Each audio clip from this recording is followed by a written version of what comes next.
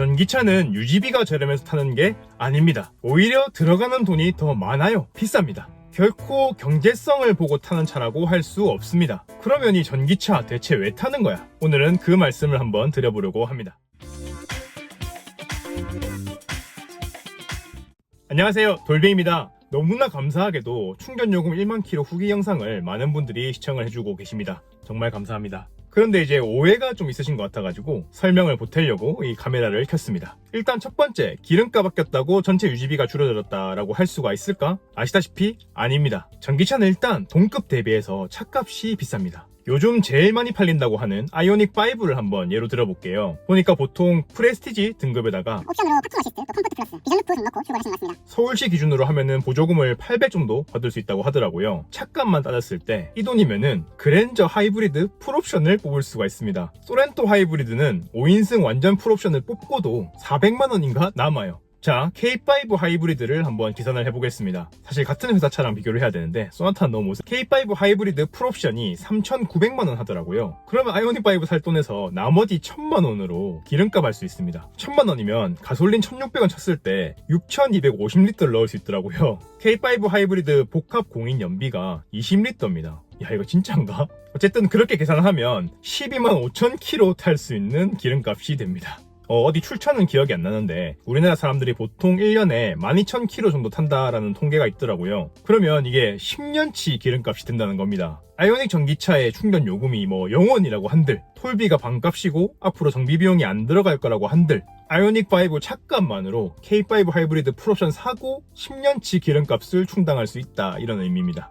댓글 보니까 LPG 타는 게 낫겠다, 이런 의견도 있더라고요. 그렇다면은 우리 르쌍쉐 중에 유일하게 사람 구시를 하고 있는 르노의 QM6 LPG 모델, 유일한 중형 SUV LPG 모델로 인기가 많은 거죠. 이 친구도 풀옵션 하니까 3,500 하더라고요. 그러면은 아이오닉5 살 돈에서 1,400만원이 남는 건데, LPG가 요새 좀 분위기가 안 좋은 것 같긴 하던데 어쨌든 1,000원으로 잡았을 때 12만 킬로 탈 수 있다는 계산이 나옵니다. 이번에 볼트 EUV가 출시가 됐는데 굉장한 인기를 끌었습니다. 이유는 가성비 때문인데요. 저희 시 기준으로 봤을 때는 3,500만원 정도에 구매를 할 수가 있었습니다. 소형 SUV에 준하는데 400km 넘게 가는 전기차, 이걸 3,000 중반대에 구매할 수 있다? 전기차 알아보시는 분들께는 되게 준수한 조건으로 다가왔던 겁니다. 그런데 3,500만원이면은 아니다, 더 많은 분들한테 와닿을 수 있게 서울 기준으로 했을 때 3,800 정도 되거든요. 3,800이면은 트레일블레이저 완전 풀옵션, RS에 사륜, 파노라마 선루프, 보스 오디오 뭐 다 넣고 그렇게 하고도 계산을 해보니까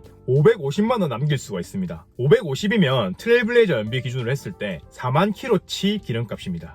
아까 1년에 12,000km 정도 탄다고 했으니까 그러면 3년 반 이상 탈 수 있게 되는 거죠. 자, 그럼 여기서 바로 두 번째로 이어가도록 하겠습니다. 차량에 대한 만족도가 가격 대비해서 좀 떨어집니다. 이거는 사람마다 판단 기준이 아주 다르긴 하겠지만 일반적으로 생각을 해봤을 때 트레일블레이저 RS 4륜 모델, 이 풀옵션을 사시는 게 만족도가 더 좋으실 거라고 생각을 하십니까? 아니면 볼트 EUV 사시는 게 만족도가 좋으실 거라고 생각을 하십니까? 물론 내연차랑 전기차의 만족도 차이가 좀 있긴 하겠지만 저는 지금 볼트 EUV 사전 계약 넣어놓고 구매를 기다리고 있는 그런 입장입니다. 그렇지만 솔직히 트레일블레이저 대비해서 차량 자체에 대한 만족도는 더 떨어질 거라고 생각을 합니다. 제가 얼마 전에 전시장 가가지고 실물도 보고 왔는데요. 둘 다 소형 SUV급이라고 분류되어서 나오긴 하는데 트블에 비해서 이 볼트가 실내 공간도 작고 트렁크도 좀 많이 작고 승차감도 아무래도 좀 차이가 날 것 같고요. 지금은 제가 이 니로 EV라는 차를 타고 있는데 서울 기준으로 풀옵션 사려고 하면은 실구매가 4천만원 정도 하더라고요. 4천만원이면은 소렌토 하이브리드 5인승 노블레스에다가 옵션 좀 넣고 그렇게 탈 수 있는 금액이거든요. 아까 비교했던 K5 하이브리드 풀옵션 살 수 있는 금액이고요. 물론 이 니로 EV 제가 타보니까